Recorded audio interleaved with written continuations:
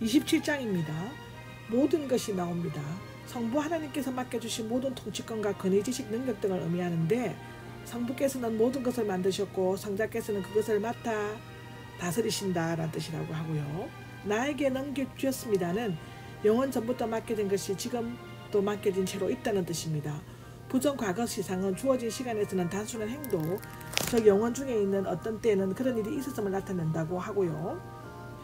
즉 다시 말하면 그리스도의 선제성이라고 합니다. 아들은 아버지에 의해 보냄을 받았으며 권위로 옷 입혀졌다라고 마태복음 28장 18절에 나오고 고린도전서 15장 24절과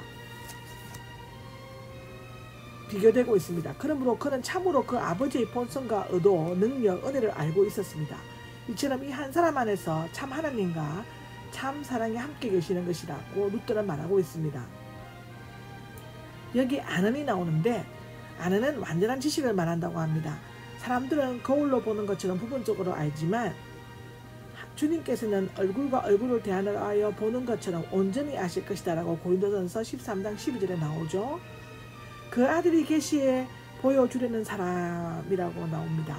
아들이 임의적으로나 변덕스럽게 아버지를 알도록 허용된 사람들을 선택하는 것을 의미하지 않으며 다만 사람들이 아버지를 알게 되는 것이 아들의 자유로운 행동과 은혜로운 사역에 의한 것임을 강조해주고 있습니다. 사도행전 4장 12절을 보시면 됩니다. 사실상 예수님은 계시된 곧 나타내신 바 되신 하나님이시다라고 요한복음 1장 18절에는 기록하고 있습니다. 28장입니다. 힘들게 일하고 무거운 짐을 진 사람들이 나옵니다. 앞에 것은 능동분사, 뒤에 것은 수동분사로서 인간적인 불행의 능동적인 면과 수동적인 면을 나타냅니다. 마가복음 7장 2절에서 5절 8절, 사도행전 15장 10절을 보시면 되고요. 무거운 짐을 진 사람들은 첫째로는 율법, 즉 장로들의 유전에 의해 추가된 마가복음 7장 3절에 나오고, 멍에를 견디기 어려운 짐으로 여기는 유대인들은 마가복음 23장 4절, 사도행전 15장 10절을 보시면 됩니다. 두 번째로 극심한 죄책감에 시달리는 모든 죄인들은, 세 번째로는 삶에 대한 염려와 인간의 해결하기에 너무 어렵고 복잡한 문제들이 주눌려 있다고 느끼는 그리스도인들인데요.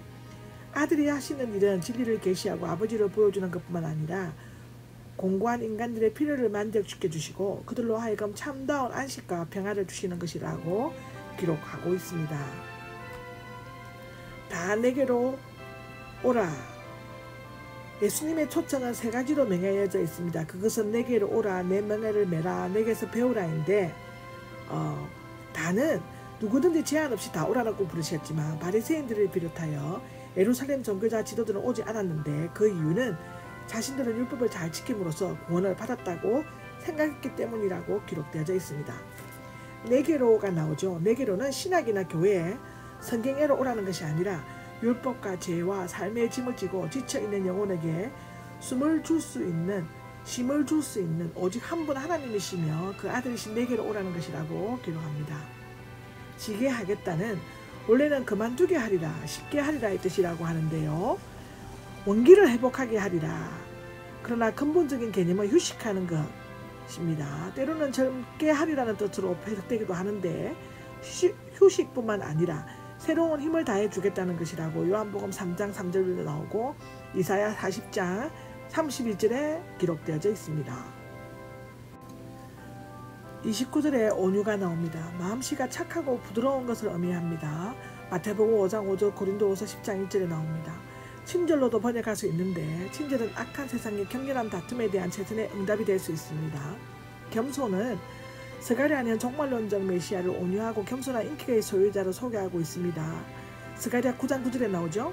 이사야는 겸손히 고난받는 종으로 묘사했고 이사야 42장 또 53장에 나옵니다. 스스로 자신을 낮추시고 친히 십자가를 지었던 예수님은 사람의 짐이 얼마나 무거운가를 잘 아신다고 합니다. 이것은 빌립보서 2장 6절에서 8절에 나옵니다. 멍에가 나오는데 황소나 나귀와 같은 짐을 이끄는 동물들이 한 짝을 이루어 쟁기나 수레 또는 무거운 짐을 함께 끌어갈 수 있도록 동물들의 목을 가로잘 둥근 막대기를 말합니다. 이것은 신명기 22장 나옵니다. 로마인들은 노예들을 이송할 때 멍에를 매어 이송하므로 고통을 주는 부담거리라는 의미로도 사용되었다고 하고요. 특히 유대인들은 제자가 스승 랍비의 가르침을 따라 지켜야 할 의무와 책임을 멍에로 표현하기도 했습니다. 그 밖에 멍에는 어떤 사람의 권위에 대한 복종을 나타낼 때 사용되었으며 어떤 사람의 세대가 되어 그 가르침을 받아들인다는 의미로 사용되었습니다. 어떤 의미로든지 예수님과 함께 멍에를 맨다는 것은 실로 영광스럽고도 감격스러운 일이 아닐 수가 없습니다. 왜냐하면 힘이 센 예수님께서 우리 대신 사랑으로 멍에의 짐을 대신 져주시기 때문에 내 멍에는 쉽고 가볍기 때문입니다. 멍에는 누구와 함께 매느냐에 따라 연자 맷돌보다 더 무거운 것이 될 수 있고 새의 깃털처럼 가벼운 것이 될 수 있다고 기록하고 있습니다. 심을 찾을 것이다 라는 말이 나오는데 문자적으로 심을 찾는 것이다의 뜻, 참된 심이나 안식은 얻어지거나 만들어지는 것이 아니라 이미 예수님 안에 있고 그가 약속하신 것을 찾는 것이라고 기록하고 있습니다. 30절입니다. 가볍기가 나오죠. 원래는